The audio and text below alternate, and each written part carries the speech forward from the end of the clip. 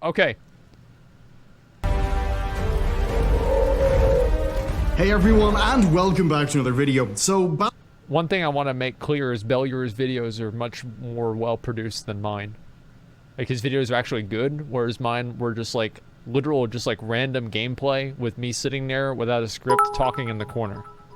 Bellular does actual good videos. I did not. Battle for Azeroth has been really fascinating to me. The initial reaction, of course, was quite positive. BFA delivered a massive new world, with Kulturas particularly being one of my favorite places in the game. True. The zone design, the True. art, the music, it was all fantastic. True. Of course, though, World of Warcraft is an MMO, and that means that endgame is what really matters. Bottom left. Now, this is where Battle for Azeroth's reaction kind of forks off. Now, I've personally had a lukewarm experience, but seeing as how the game is very strange in how I play it because of work, I didn't really trust that. So instead, I've been listening to you for the last few weeks, and I've been thinking, I've been analysing, and I think I know why Battle for Azeroth's endgame is feeling a little bit underwhelming. This video is the first of a two-part critique on the modern direction of World of Warcraft. So today is focusing on That means why I have more Battle for content for Azeroth tomorrow. feels the way that it does for many players, and the follow-up video is going to focus on the deeper game design philosophies that are at the very core of this issue. Now, I need to begin by setting my intentions of this video. What I'm doing is I'm benching my part in the fandom of the franchise and of Blizzard. I love what they make. Their games have changed my life entirely, and I still am actually having fun playing BFA with my friends. This video is not to be taken, as me laying down a truth. It's merely my own interpretation based on my experience, I agree, combined with attempting to leverage the broad view of the Warcraft player base that this channel affords me. So, let's begin. Now, at one point I said that BFA was kind of Legion 2.0. Upon further reflection, I think that's incorrect. Battle for Azeroth is simultaneously Legion 0.5 and Legion 1.5. Let's unpack that. The successful systems of Legion, or at least those which Blizzard have viewed as being successful, such as Mythic Plus, raids, reputations, and world quests, well, they're still here, and in some ways they have small improvements. Enough to be Mythic Plus version 2, World Quests version 2. No, they're barely different. These systems have been maintained into Battle for Azeroth, which means that even though the quests that we do are new, the dungeons that we do are new, the overall context and flow of the end game feels very familiar. What does that mean? Well, it means that it doesn't feel particularly exciting. Now, that's fine. There is no real need to reinvent the wheel all the time. However, in combination with my next point, it kind of causes problems. So, some systems feel like Legion version 0.5, almost like a small prototype to what we grew used to in the last expansion, and this is where I think that most of the damage has been done. Azerite gear is smaller than artifacts in many ways. The traits, while they often are powerful in terms of the numbers, they're not that exciting. Well, exciting in comparison to what? Well, using a spec-specific legendary that heavily impacted gameplay, having a cool artifact ability or trait mechanic, having a set piece that you enjoyed. Azerite replaces all of these sources of gameplay and excitement with a system that does feel quite small in comparison. We seem to have lost more than we gained, and now that we look at the older traits, we can't say that we need to wait until beta is over. It's over. We have what we have. So the high points of Azerite, basically the gameplay and the traits, they're not as high as those from the system which it replaces. Instead, the Azerite system seems to be far more concerned with meeting the criticisms of Legion, so they have a more fixed acquisition than legendaries. They don't have random traits, unlike, say, the Netherlight Crucible. They don't Titanforge. My primary point here is that Blizzard seem to have designed this system rather defensively, with seemingly their main aim being to take the perceived problems with the interactions of multiple Legion systems and then condense them into one easy-to-understand system for players. This, I would posit, has resulted in a system that feels a lot less exciting and impactful than what was there in Legion. Even though, of course, I am on the record as heavily disliking a lot of, say, the Legion legendary system since Legion Alpha. So where does all this leave us? Well, we've got a bunch of systems that were carried forward into Battle for Azeroth. They weren't changed that much, and therefore they don't really feel new and thrilling like they did in Legion.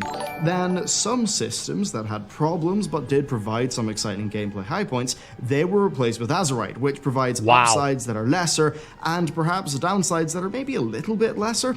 Now, when I was talking to Matt, who helps out with the channel and is a Mythic Raider about this, he summed it up pretty well. He said, everything seems exactly a few steps back in scope. Now, while that may not be, say, factually true, I think that it is in line with how playing Battle for Azeroth feels. Now, the deeper problem is that Azerite progression is fundamental to the reward loop of this expansion. You are supposed to be excited to do island expeditions and world quests because of Azerite gear. Now, Azerite gear is not that exciting, so we run into problems that undermine the excitement of the game's core reward loop. Now, that is only covering Azerite as compared to the systems which it replaces. Things unfortunately do get worse. Having a 325 bit of Azerite gear with everything unlocked and then getting a 340 dupe, but only to have, say, the first trait unlockable, that feels like a downgrade, even if the traits do scale up with item level. Now, this is tremendously problematic. First, it undermines your sense of progression on a long-term basis, where you feel like the game is always fighting with you to keep you grinding through ever-shifting and ever-increasing goalposts. Then, it undermines one of the core parts of a role-playing game, the excitement of getting a new bit of loot. Getting a bit of Azerite gear is still kind of exciting, but that's undermined by knowing that it might not even be usable until you grind islands and world quests for another week. Then Azerite is quite frustrating when you're playing with multiple specs. The amount of bag fiddling and management that you have to do, well, it just does not feel up to the level of polish that I would expect from a Blizzard product. I have focused a lot on Azerite here, but other aspects of the game have received the same treatment. Classes do just feel a little bit less in scope. Professions are similar to Legion, but with slightly less interesting crafts and less content. The war campaign is similar to the class hall campaigns, but it's smaller in scope and it only covers 2 factions instead of 1 for every class. So when we compare Battle for Azeroth to Legion, it is a bit of a mixed bag. But you might be saying, what about the new features, war fronts and island expeditions? Well, they don't matter because they're not multiplicative in nature. What do I mean by that? Well, if a game feature is multiplicative, then it will have impacts that will be felt throughout the entire game. Now, an excellent example is, say, the enemy design of the original Doom. Each one of them is very different, so dealing with any 2 of those enemies in any combination feels entirely different from a gameplay perspective. In Doom, the combat feels something along the lines of the number of enemy types squared, and then on top of that, of course, you've got to take in the level design. Now, when you're talking about game systems, what this essentially is trying to get at is you can have a very small number of game systems that come together to create a massive number of outcomes. That's the strength of, say, sandbox MMOs, and it's why something like EVE Online has lasted for so long. Now, WoW is simply not like EVE. It is different in nature fundamentally, but I bring this up because the new systems of Battle for Azeroth are alternative side activities for you to do. Past being included in the core reward system, they don't really have an intrinsic reason to exist. And that is why Island Expeditions and Warfronts don't feel that inspiring. They are fun new additions, sure, but they don't really bring more than that. They don't represent a core change to the feel of playing World of Warcraft. They are just another thing to do that is a part of an existing carrot and stick system. Island Expeditions are a form of gameplay that only exists to fulfill the needs of artifact power acquisition, which itself only exists to serve the contrived Azerite progression system, which itself feels like a rather limp version of the Legion artifact progression. Systems on systems, basically, boys. Battle for Azeroth could exist without either of those 2 new systems, and you basically would not notice. They are a small bolt-on to an existing experience. That's a really good point. An experience that really has lasted since Legion's launch of 2016, and, well, by this stage 2 years later, it feels rather contrived. So that is why I think many people have found Battle for Azeroth to be a bit lukewarm. While they might be enjoying playing it for the same reason that they enjoyed playing Legion, it maybe just feels a bit underwhelming. Now, this video exists to talk about the immediate problem, but we do need to go a lot deeper than this. And that's why there's going to be a follow-up that is discussing the philosophical underpinnings of the game design as it is currently. We're going to watch how an over-directed experience, even though it may have a wealth of content, can feel extremely small, and how because of that, I genuinely do think that Blizzard often played to their weaknesses rather than their strengths. And I suppose one way that you could sum a lot of this stuff up is that Battle for Azeroth just feels like a big Argus, like a big patch that's continuing a bunch of systems, throwing a bunch of new content in, but it kind of still all feels the same. So that's it for this video. Yeah, it's probably one of the more controversial ones that I will release because, well, you know, a new expansion has came out and I have a lot of very mixed things to say about it.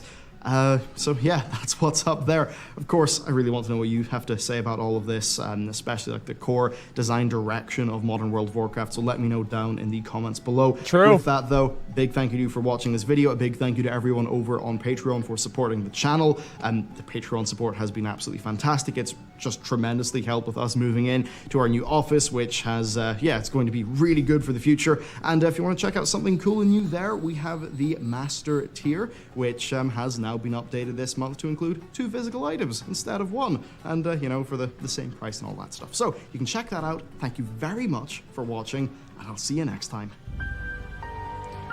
Yeah, his videos are really good. So yeah, make sure to support this guy. Bellular is awesome. And so everybody's basically agreeing with him. If you look at like his likes versus dislikes, they're very high.